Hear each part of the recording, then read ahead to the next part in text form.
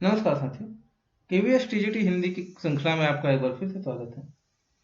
हम लोग पढ़ रहे हैं दो बैलों की कथा, कहानी सम्राट मुंशी प्रेमचंद जी द्वारा लिखित और बहुत ही विख्यात कहानी। आज इसका तीसरा पार्ट। छोटे छोटे पार्ट इसलिए हैं क्योंकि आप लोग कंसंट्रेट कर सकें और हर चीज को अच्छे से समझ सकें। अगर कोई दिक्कत हो ऐसे पार्ट्स में कि कहानी पार्ट्स में है तो बताइएगा, मैं मर्ज करके एक वीडियो डाल दूंगा, लेकिन उसकी जरूरत मुझे नहीं समझ आ रही। चलिए शुरू करते हैं। चैनल टाइप कर दें, चैनल को शुरू कर। कोई सांड डॉकता चला रहा। डॉकता मतलब बहुत तेजी से, ठीक है, डॉकता आ रहा है। हाँ, सांड ही है। वह सामने आ पहुंचा। दोनों मित्र बगले झांक रहे थे। बगले झांकना मतलब थोड़ा ना सहम जाना। सांड पूरा हाथी है, बहुत बड़ा सांड था। उससे भिड़ना जान का हाथ धोना, लेकिन न भिड़ने पर भी जान बचती नहीं नजर आ रही। दोनों ने कहा कि सांड तो बहुत बड़ा है, नहीं भिड़ते तो भी जान जा रही, भिड़ जाएंगे तो भी जान चली ही जाएगी। इन्हीं की तरफ आ रहा है, कितनी भयंकर सूरत है। कह रहे कि हमारी तरफ ही आ रहा है, लेकिन भयानक बहुत है। मोती ने मूक भाषा में कहा, बुरे फंसे जान बचेगी। सोचने लगे, कोई उपाय सोचो। हीरा ने चिंतित स्वर में कहा, अपने घमंड में भोला है, आरजू विनती न सुनेगा, भाग क्यों न चले। हीरा ने कहा, अपने घमंड में चूर है ये, हमारी विनती आरजू सुनेगा नहीं। ये अपने घमंड में चूर है। ऐसा करते हैं, चलो भाग चलते हैं। भागना कायरता है, मोती ने कहा। तो फिर यही मरो, बंदा तो 9-2-11 होता है, और जो दौड़ाए तो फिर कोई उपाय सोचो जल्दी। फिर उसने कहा, हीरा ने, कि अगर ये और दौड़ाएगा तो क्या करो, कितना भागोगे भाई। तो फिर उसने कहा, सोचते हैं। उपाय यही है कि उस पर दोनों जने एक साथ चोट करें। मैं आगे से रगेदता हूं, तुम पीछे से रगेदो। दोहरी मार पड़ेगी तो भाग खड़ा होगा। रगेदना मतलब मेरी ओर झपटे तो तुम बगल में उसके पेट में घुसेड़ देना सिंह। जान जोखिम है पर दूसरा उपाय नहीं। दोनों ने ये कि अगर वो तुम्हारे ऊपर झपटेगा तो मैं पीछे से मार दूंगा सिंह, अगर मेरे पर झपटेगा तो तुम मार देना सिंह। जब दोनों तरफ से इसको मार पड़ भाग चलेगा। जान का जोखिम तो है, लेकिन उपाय दूसरा कोई नहीं। दोनों में तो जान हथेली पर लेकर लपके। सांड को संगठित शत्रु से लड़ने का तजर्बा न था। तजर्बा मतलब होता है कि उस चीज का ज्ञात होना, ज्ञान ना था, ठीक है। तजुर्बा मतलब ज्ञान होता है। गांव में तजुर्बा बोलते हैं, यहाँ तजर्बा लिखा हुआ। वह तो एक ही शत्रु से मल्ल युद्ध करने का आदी था। मल्ल युद्ध मतलब होता है, मल्ल युद्ध जो पहलवानों में जब कुश्ती होती है वो मल्ल युद्ध कहलाते हैं। तो मल्ल युद्ध वही होता है जो उससे, तो वो कह रहे कि अकेले अकेला लड़ने का आदी था। जो ही हीरा पर झपटा तो मोती ने उसे पीछे से दौड़ाया। सांड उसकी तरफ मुड़ा तो हीरा ने रगेद दिया। सांड चाहता था कि दोनों एक एक करके दोनों को गिराते, पर ये दोनों भी उस्ताद थे। सांड चाहता था दोनों अगर एक एक करके लड़ें तो दोनों भी उस्ताद थे। उसे वह अवसर न देते। एक बार सांड झल्लाकर हीरा का अंत कर देने के लिए चला तो मोती ने बगल से आकर उसके पेट में सींग भोंक दी। कह रहे एक बार इतना गुस्सा होकर के वो चला कि हीरा को मार ही देगा, लेकिन मोती ने जो है उसके पेट में सींग भोंक दिया। सांड क्रोध में आकर पीछे फिरा तो दूसरे पहलू में सींग चुभा दिया। आखिर बेचारा जख्मी होकर भागा और दोनों मित्रों से दूर तक उसका पीछा किया, यहां तक कि सांड बेदम होकर गिर पड़ा। तब दोनों ने उसे छोड़ दिया। तो ये होती है एकता की शक्ति। आपने देखा किस तरीके से दोनों ने जो है इसको जख्मी करके छोड़ दिया, मारा नहीं। विजय के नशे में झूमते चले जाते थे। मोती ने अपनी सांकेतिक भाषा में कहा, मेरा जी तो चाहता है कि बच्चा को मार ही डालूं। उसने कहा, मोती ने, कि मेरा मन करता है कि इसको मार डालूं, या गिरे हुए बैरी पर सिंह न चलाना चाहिए। उसने तिरस्कार मतलब अपमानित होता है। तो हीरा ने कहा कि ऐसे गिरे हुए लोग पे जो है सींग नहीं चलाते हम लोग, यह सब ढोंग है। बैरी को ऐसा मारना चाहिए कि सिर ना उठे। अब घर कैसे पहुंचेंगे वह सोचो। उसने कहा कि मार ही देना चाहिए। तो कहा, अब ये सब छोड़ो, पहले सोचो घर पहुंचे कैसे, पहले कुछ खा तो ले तो सोचो। उसने कहा, कुछ खा ले तो। सामने मटर का खेत था। मोती उसमें घुस गया। हीरा मना करता रहा पर उसने एक न सुना। कोई 4 ग्रास खाए थे। 2-4 ग्रास मतलब होता है कि 2-4 गाल खाना, ठीक है। दो आदमी लाठियां लिए दौड़े पड़े। दोनों मित्रों को घेर लिया। हीरा तो मेड़ पर था, निकल गया। सींचे सींचे हुए खेत में था। सींचा खेत मतलब पानी लगा देना, पानी देने को सींचना बोलते हैं। तो खेत गीला हो जाता है। उसके खुर में, खुर क्या होता है, हंसने लगा। खुर क्या होता है, पैर। भाग ना सका, पकड़ लिया। हीरा ने देखा संगी संकट में है तो लौट पड़ा। फंसेंगे तो दोनों फंसेंगे। रखवाले ने उसे भी पकड़ लिया। प्रातः काल दोनों मित्र कांची हाउस में, मतलब कांची हाउस मतलब जहां पर वो बंद किए जाते हैं जानवर। चौथा पार्ट इसी में लेकर के चलते हैं। दोनों मित्रों को जीवन में पहली बार ऐसा साबिका पड़ा। ऐसा साबिका मतलब ऐसा मौका पड़ा कि सारा दिन बीत गया और खाने को एक तिनका न मिला। समझ ही में ना आता था यह कैसा स्वामी है। इससे तो गया फिर भी अच्छा था। उसने कहा कि पता नहीं कैसा आदमी, इससे तो गया बहुत अच्छा था। यहाँ कई भैंसें थी, कई बकरियां, कई घोड़े, कई गधे, पर किसी के सामने चारा न था। सब जमीन पर मुर्दों की तरह पड़े थे। काजी हाउस में ऐसे जानवरों को लाकर कर छोड़ दिया जाता है। कहता सब जानवर मुर्दे की तरह पड़े थे। कमजोर हो गए, तो इतने कमजोर हो गए थे कि खड़े भी ना हो सकते थे। सारा दिन दोनों मित्र फाटक की ओर टकटकी लगाए ताकते रहे, पर कोई चारा लेकर आता ना दिखाई दिया। तब दोनों ने दीवार की चाटनी शुरू की, मिट्टी चाटनी शुरू की, पर इससे क्या तृप्ति मिलती है, मतलब भूख मिटती या भूख शांत होती। इस तरीके की स्थिति थी। उन दोनों ने देखा कि क्या किया जा सकता है। रात को भी जब कुछ भोजन न मिला तो हीरा के दिल में विद्रोह की ज्वाला दहक उठी। मोती से बोला, अब तो नहीं रहा जाता मोती। हीरा बहुत ही शांत स्वभाव का बैल था, लेकिन अब क्या था कि पूरा दिन हो गया। विद्रोह होना, ज्वाला दहक उठना मतलब आग भड़क जाना। और कह रहे थे कि अब मोती से बोला कि मोती अब रहा नहीं जाता। मोती ने सिर लटकाए हुए जवाब दिया, मुझे तो मालूम होता है प्राण निकल रहे हैं। मोती ने कहा कि मुझे बहुत भूख लगी, ऐसा लग रहा है कि प्राण निकल जाएंगे। इतनी जल्दी हिम्मत ना हारो भाई, यहाँ से भागने का कोई उपाय निकालना चाहिए। उन्होंने कहा कि यहाँ से भागने के लिए कुछ उपाय, आओ दीवार तोड़ डालें। मुझसे तो अब कुछ नहीं होगा, बस इसी बूते पर अकड़ते थे, सारी अकड़ निकल गई। उसने कहा हमारे पास बहुत भूख लगी, अब हमसे कुछ ना होगा। तो हीरा ने कहा इसी बूते पे करते थे। बूता मतलब होता है ताकत, ठीक है, बूते मतलब ताकत होता है। बाड़े की दीवार कच्ची थी, हीरा मजबूत तो था। उसकी नुकीले सींगे दीवार में गड़ा दिए और जोर मारा तो मिट्टी का एक चिप्पड़ निकल आया। चिप्पड़ मतलब क्या होता है, एक पार्ट होता है, मतलब चिप्पड़ आप समझते होंगे कैसे समझाएं, मतलब कि जैसे कोई एक मोटा सा वो है, जैसे आप लकड़ी काट, जैसे जैसे मोटी लकड़ी होती है तो उसको अगर फाड़ा जाता है तो एक पार्ट फट जाता है, तो वही होता है चिप्पड़। ठीक है, शायद समझ में आया होगा।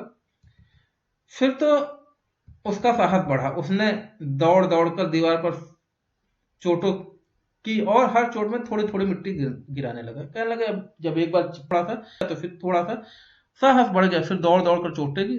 तो उस समय कांजी हाउस का चौकीदार लालटेन लेकर जानवरों की हाजिरी लेने निकला। देखकर उससे कई डंडे रसीद दिए और मोटी सी रस्सी से बांध दिए।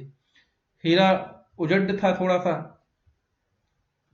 तो उसने जो है डंडे मारे और रस्सी।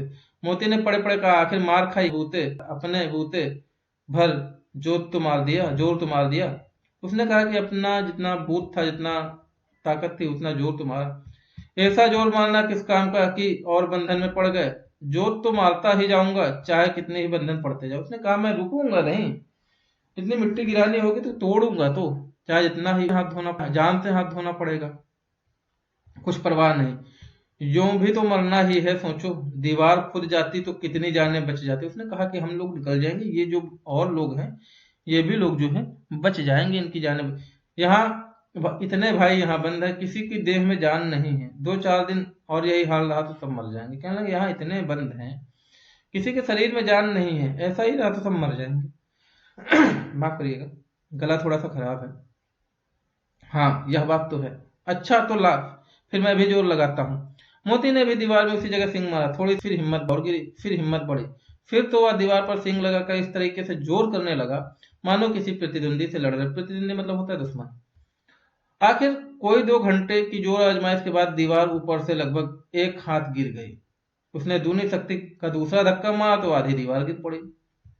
दीवार का गिरना था कि अधमरे से पड़े हुए जानवरों में चेत हो उठे। तीनों घोड़ियां सरपट भाग निकली, फिर बकरियां से भी खिसक गई, पर गधे अभी तक ज्यों का त्यों खड़े थे। कहने लगे सब जानवर भाग रहे थे, बकरी, घोड़ी और भैंसे, गधे पड़े थे। हीरा ने पूछा तुम दोनों क्यों नहीं भाग जाते? एक गधे ने कहा जो कहीं फिर पकड़ लिए जाएं तो क्या हर्ज है, अभी तो भागने का अवसर है, हमें तो डर लगता है, हम यहीं पड़े रहेंगे। गधों से पूछा तो गधे ने कहा अगर फिर पकड़ लिए जाएंगे तो? उसने कहा कि ठीक है भाई, आपको जैसा समझ में आए। उसने कहा हम यहीं पड़े रहेंगे। आधी रात से ऊपर की जा चुकी थी। दोनों गधे अभी तक खड़े सोच रहे थे कि भागे या न भागे, और मोती अपने मित्र की रस्सी तोड़ने में लगा हुआ था। जब वह हार गया तो हीरा ने कहा तुम जाओ, मुझे यहीं पड़ा रहने दो, शायद कहीं भेंट हो जाए। मोती ने आंखों में आंसू लाकर कहा तुम मुझे इतना स्वार्थी समझते हो? हीरा, हम और तुम इतने दिन एक साथ रहे, आज तुम विपत्ति में पड़ गए तो मैं तुम्हें छोड़कर अलग हो जाऊं? जब रस्सी नहीं टूटी, तोड़ने में लगा हुआ था मोती, तो कहने लगा हीरा, कहा तुम जाओ, हमें पड़ा रहने तो शायद कहीं भेंट हो जाए। तो मोती ने कहा आंसू लेकर के आंखों में, हो ही जाता है जब कोई बिछड़ता है इस तरीके की स्थिति। इतना स्वार्थी तो नहीं हूं हीरा, इतने दिन तक साथ रहे, विपत्ति मतलब संकट, आज तुम पे विपत्ति पड़ी है मतलब संकट पड़ा है, तो मैं छोड़कर अलग हो जाऊं? ऐसा नहीं हो। हीरा ने कहा बहुत मार पड़ेगी, लोग समझ जाएंगे यह तुम्हारी शरारत है। मोती गर्व से बोला जिस अपराध के लिए तुम्हारे गले में बंधन पड़ा उसके लिए अगर मुझ पे मार पड़े तो चिंता क्या? इतना तो हो, 10 प्राणियों की जान बच गई, वे सब तो आशीर्वाद देंगे। उसने कहा कि कुछ भी हो, इतना तो हो गया कि सारे जानवरों को हमने जो है बचा दिया है, तो वो आशीर्वाद देंगे। यह कहते हुए मोती ने दोनों गधों के सींग मार मार कर बाड़े को बाहर निकाला और तब बंधु के पास आकर सो रहा था। उन्होंने कहा कि ये सारी चीजें जब हो गई तो देखा कि सो रहा है। भोर होते ही मुंशी और चौकीदार तथा अन्य कर्मचारियों में कैसी खलबली मची, इसके लिखने की जरूरत नहीं, बस इतना ही काफी है कि मोती की खूब मरम्मत हुई और अब दोनों बैल फिर बांध दिए गए। तो इस तरीके से ये हुआ। और एक पार्ट देख लेते हैं। एक सप्ताह तक दोनों मित्र बंधे पड़े रहे। किसी ने चारे का एक तृण मतलब होता है तिनका, छोटा सा, ठीक है, बहुत छोटा सा तिनका न डाला। एक बार पानी दिखा दिया जाता था, यही उनका आधार था। दोनों इतने दुर्बल हो गया था, उठा न जाता था। ठठरिया निकल आए थे, ठठरिया मतलब हड्डियां निकल आना, बहुत दुर्बल हो गए। एक दिन बाड़े के सामने डुग्गी बजने लगी कि दोपहर हो, 50-60 आदमी जमा हो गए। तब दोनों मित्र निकाले गए, उनकी देखभाल होने लगी। लोग आकर उनकी सूरत देखते और मन फीका करके चले जाते। मन फीका होना मतलब मन मारकर चले जाना बेमन से। ऐसे मृतक बैलों को कौन खरीदता? कहने लगे इतनी ऐसी स्थिति हो गई थी कि ये जो मरने टाइप के बैल थे इनको कौन खरीदता वहां पे।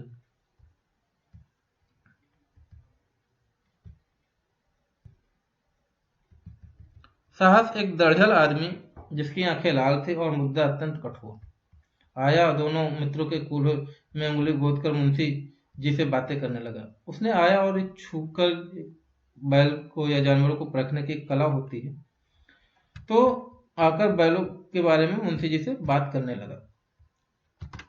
उसका चेहरा देखकर अंतर्ज्ञान से दोनों उठे, उसके दिल कांप उठे। उसने देखा चेहरा, शायद वो कसाई रहा होगा। दोनों ने देखा और जो है दिल कांप उठे दोनों के। अरे वह कौन है, उन्हें क्यों टटोल रहा है, इस विषय में उसे कोई संदेह न हुआ।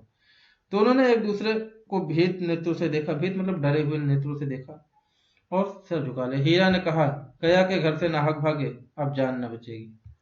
मोती ने अश्रद्धा के भाव से उत्तर दिया, कहते हैं भगवान सबके ऊपर दया करते हैं, उन्हें हमारे ऊपर क्यों दया नहीं आती? मोती ने कहा कि पता नहीं क्या ऐसा है, भगवान सबके ऊपर दया करते हैं, हमारे ऊपर दया क्यों नहीं करते? भगवान ने हमारा जीना दोनों बराबर हैं। चलो अच्छा ही है, कुछ दिन उसके पास तो रहेंगे। एक बार भगवान ने उसकी लड़की के रूप में हमें बचाया था, क्या अब ना बचाएंगे? उसने कहा कि एक बार भगवान ने हमें उस लड़की के रूप में बचाया था, अभी भी बचा लेंगे, परेशान ना हो। क्वेश्चन कह रहे हैं यह आदमी छुरी चलाएगा, देख लेना, तो क्या चिंता है, मांस खाल सींग हड्डी सब किसी न किसी काम आ जाएंगे। तो हीरा ने कहा कोई बात नहीं, छुरी चलाएगा तो ठीक है, इससे मांस खाल हड्डी सींग सब काम आ जाएंगे। नीलाम हो जाने के बाद दोनों मित्रों ने उस दड़ियल के साथ चले। दोनों की बोटी बोटी कांप रही थी। बोटी बोटी मतलब अंग अंग कांपना। बेचारे पांव तक ना उठा सकते थे, पर भय के मारे गिरते पड़ते भागे जाते थे, क्योंकि जरा भी चाल धीमी हो जाने पर वह जोर से डंडा जमा देता था। मतलब कि अगर धीरे हो जाते तो वो मार देता था बहुत तेज। राह में गाय बैल का एक रेवड़ हरे खेत में हार चलता नजर आया। हार चलना मतलब होता है जहाँ पे पशु चारा चरने जाते हैं, उसको हार बोलते हैं। हार चलता नजर आया। सभी जानवर प्रसन्न थे, चिकने चपल, कोई उछलता था, कोई आनंद में बैठा पागुर करता था। पागुर चलना करना मतलब होता है कि जब चारा खाने के बाद पशु मुंह चलाता है, उसको पागुर कहते हैं। कितना सुखी जीवन था इनका, कितने स्वार्थी हैं हम सब। किसी को चिंता नहीं कि उसके दो भाई बधिक के हाथ कैसे दुखी। बधिक मतलब होता है जो हत्या करने वाला, यहाँ पे बधिक का मतलब कसाई है, ठीक है। सहसा दोनों को ऐसा मालूम हुआ कि यह परिचित राह है। इसी रास्ते से गया उन्हें ले गया था। वही खेत, वही बाग, वही गांव मिलने लगे। प्रति क्षण उनकी चाल तेज होने लगी। सारी थकान, सारी दुर्बलता गायब हो गई। आह, यह लो, अपना ही हार आ गया। इसी कुएं पर पुर चलाने आया करते थे। यही कुआं। पुर चलाना मतलब होता है गांव में जो है खेत जोतने के लिए एक मैकेनिज्म तैयार किया जाता था। उसमें बैलों को नह करके वो गोल गोल घूमते थे, उससे पानी कुएं से खींचा जाता था। उसको कहते थे पुर चलाना, और गांव देहात में उसको कहते थे पुरहिया, ठीक है। पुरहिया से खेत जोतना। तो ये हमने आपको बता दिया, ठीक है। हाँ, मोती मोती ने कहा, हमारा घर नंगीच आ गया। हीरा बोला, भगवान की दया है। अब मैं तो अब घर भागता हूँ, यह जाने देगा? इसे मैं मार गिराता हूँ। नहीं नहीं, दौड़कर थान पर चलो। थान मतलब जहां पर खाना दिया जाता है, वहां से हम आगे न जाएंगे। दोनों उन्मत्त मतलब होकर बछड़ों की भांति कुलेले करते हुए घर की ओर दौड़ा। वह दौड़कर अपने थान है, दोनों दौड़कर अपने थान पर आए और खड़े हो गए। दड़ियल भी पीछे पीछे दौड़ता चला आता था।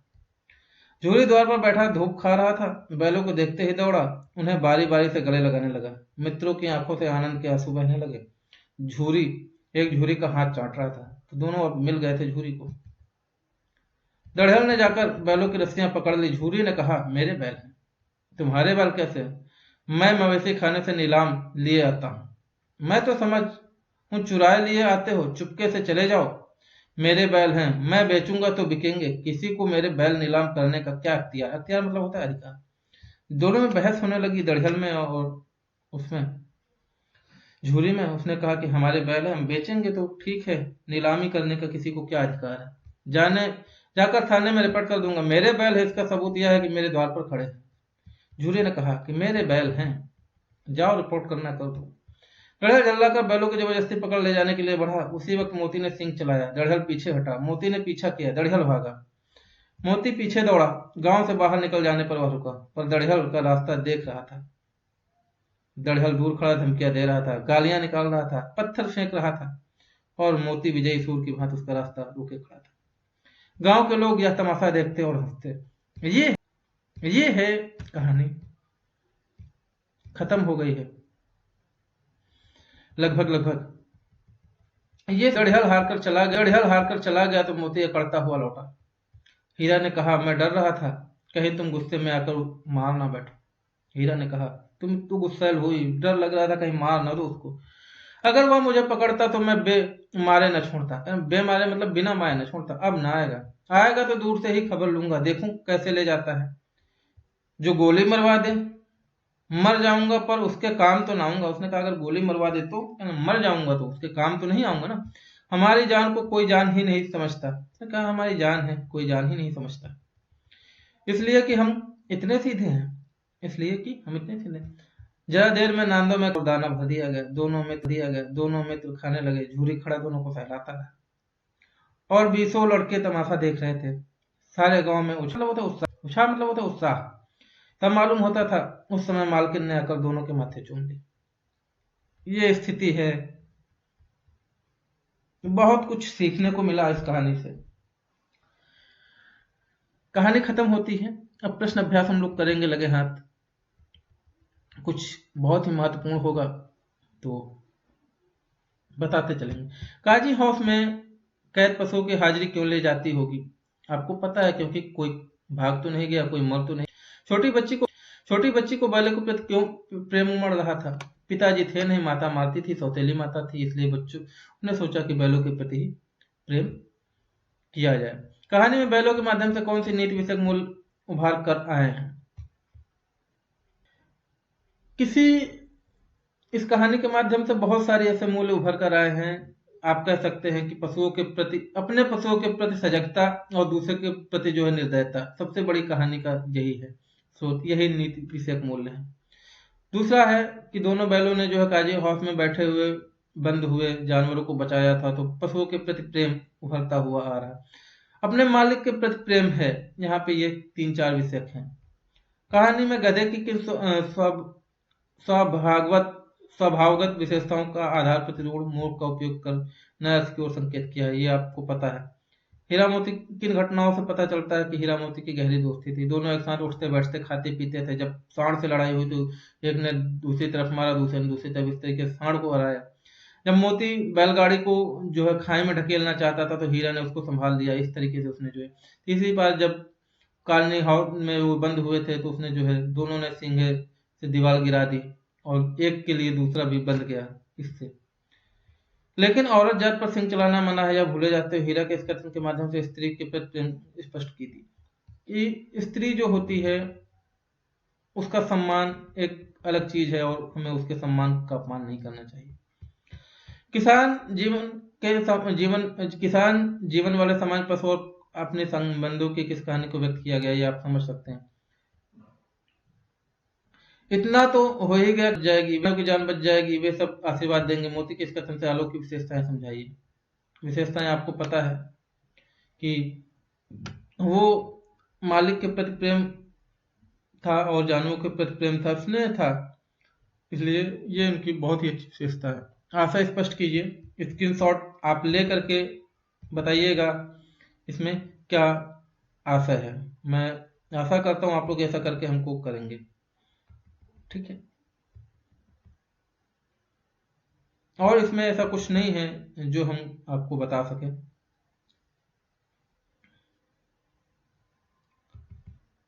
आज के लिए इतना ही, हम लोग मिलेंगे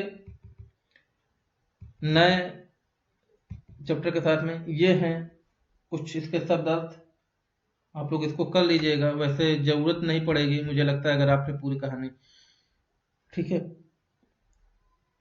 फिर भी इसको नोट कर लीजिएगा। मिलते हैं नए वीडियो के साथ में, तब तक के लिए ख्याल रखिए। अंत में फिर कि आप लोग शेयर करते रहिए, सब्सक्राइब कर दीजिए चैनल, आपको पूरा सिलेबस दिया जाएगा। धन्यवाद, जय हिंद।